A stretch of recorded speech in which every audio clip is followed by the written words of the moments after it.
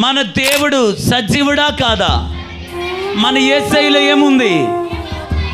నేనే సత్యము,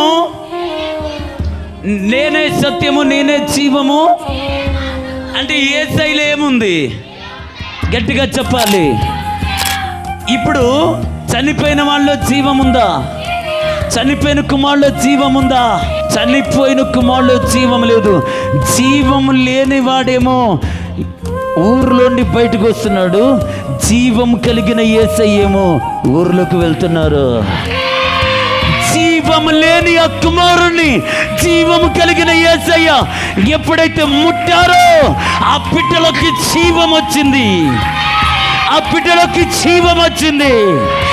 జీవం లేని కుమారుడు తల్లితో యేసయ్య చెప్తున్న మాట ఏంటంటే, నువ్వు ఏడవద్దు, జీవం లేని నీ కుమారులోకి నేను జీవాన్ని పంపబోతున్నాను. యేసయ్యలో ఉన్న జీవం చనిపోయిన కుమారులోకి వచ్చింది. యేసయ్యలో ఉన్న జీవం సంఘం మీదకి రాబోతుంది. యేసయ్యలో ఉన్న ఉజ్జీవం సంఘం మీదకి రాబోతుంది.